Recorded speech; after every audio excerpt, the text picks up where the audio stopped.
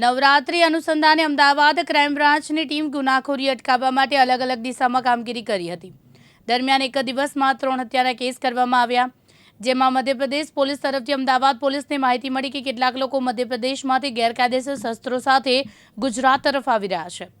અમદાવાદ પોલીસે વોચ રાખી અને 3 અલગ અલગ કેસમાં 3 જણને ઝડપી પાડી તેમની પાસેથી શસ્ત્રો અને કારતૂસો સહિત સામગ્રી કબજે લેવામાં આવી છે. પોલીસે જણાવ્યું કે જે લોકો 6 હથિયાર સાથે ઝડપાયા છે તે રાજ્યના બનાસકાંઠા જિલ્લાના રહેવાસી છે. બીજો આરોપી મહેસાણાનો છે. આ કેસમાં અનેક આરોપી અમદાવાદના સરખેજ વિસ્તારનો છે.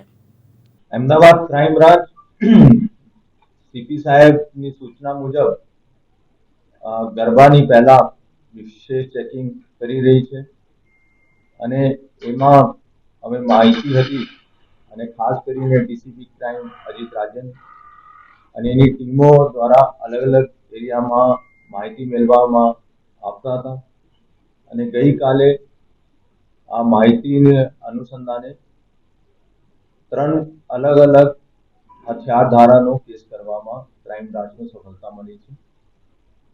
પહેલા કેસમાં 6 જેટલા હથિયાર, 2 આરોપી સાથે અને 24 કારતૂસ સાથે ક્રાઇમ બ્રાન્ચે આ 2 આરોપીનું જેનું નામ છે કિશોર કુમાર પંચાલ, કાંતિલાલ હિન્દુલાલ પંચાલ, જેનો કેકે પણ કહીએ છીએ, અને વિક્રમ કુમાર પ્રતાપજી પડિયાર, બંને ગુજરાતનો રહેવાસી છે, એક બનાસકાંઠાનો છે બંને.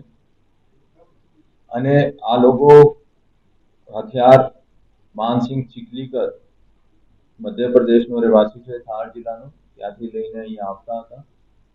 પોલીસ એનો રોક્યો, તલાશી કર્યો અને એના પાસેથી 6 જેટલા હથિયાર કબજે કરવામાં આવે છે.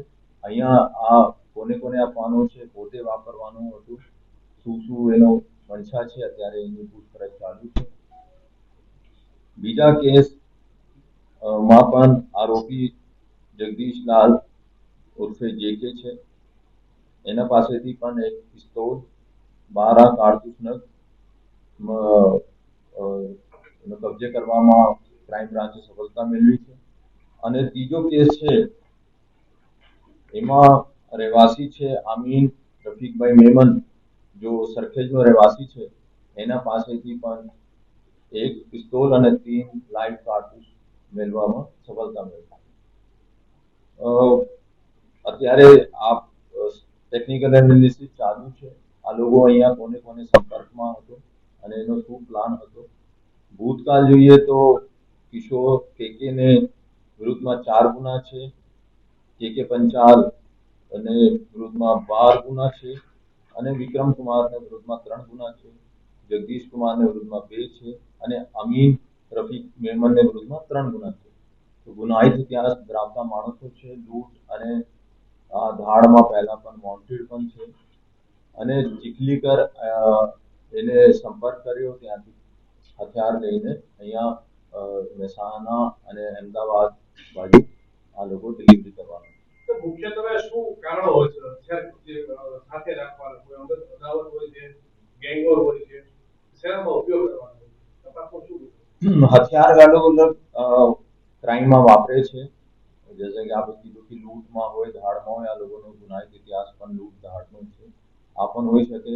બીજા ગેરકાયદેસર જમીનનો કબજાનો હોય, યા કોઈ એવા દાદાગીરી કરવા માંગતા હોય અને અથવા એકબીજીની રંજીશ હોય. આ બધા તપાસનો મુદ્દા છે. અત્યારે તપાસ ચાલુ છે અને ટૂંક સમયમાં આપણને જાહેર કરવામાં આવશે. અચાનક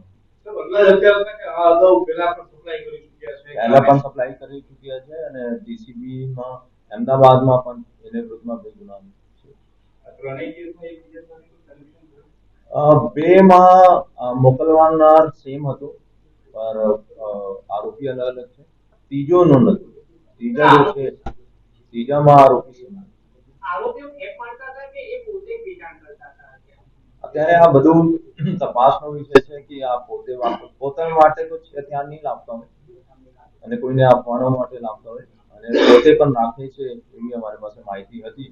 તો આ માહિતીને આધારે અમે જ્યારે ચેકિંગ કરી,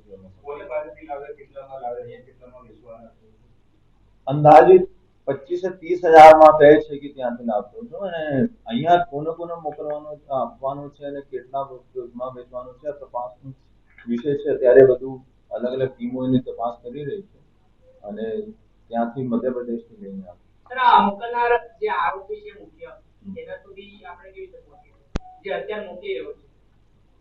અમારી પાસે એની ઘણી બધી ડિટેલ્સ છે. અમારી ટીમ પણ મધ્યપ્રદેશ રવાના થઈ ગઈ છે અને મધ્યપ્રદેશ પોલીસનો પણ અમે સંપર્ક કર્યા છે અને ટૂંક સમયમાં આપણને આરોપી અમે મળી જશે. સાહેબ, એવો એક બનાવ સામે આવ્યો છે કે આ ગેંગના જે લોકો છે અલગ અલગ કેસમાં એમાં કોઈ જમીન ખાલી કરાવવાના હોય કે કોઈ પણ જગ્યાએ લૂંટ કરવાના હોય કે ધાડ કરવાના હોય એવું કંઈ પૂછપરછમાં સામે આવ્યું છે કે અહીંયા કરવાના હતા કે જવાના હતા?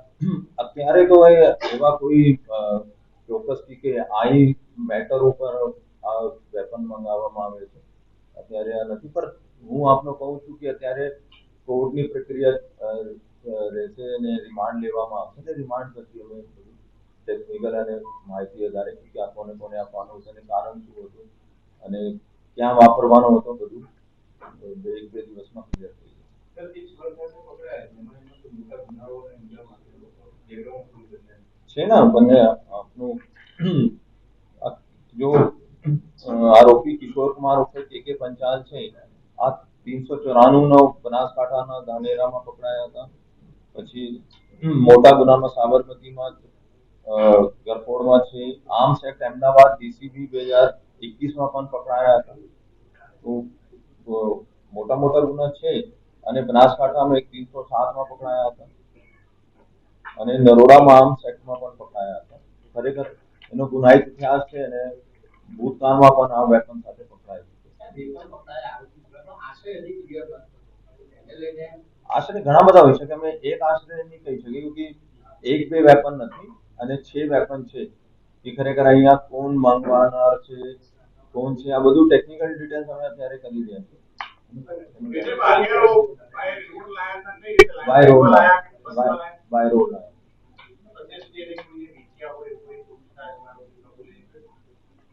અત્યારે અમે કહી નહીં શકાય જે ક્યોંકિ વેપનનો કેસ છે કોને ઘણા બધાનો પૂછપરછ ચાલુ છે જો એને સંપર્કમાં હતા તો પુરાવા મળશે તો પછી અમે આગળ. ચિરાગ પાટડિયા, દિવ્યાંગ ન્યૂઝ, અમદાવાદ.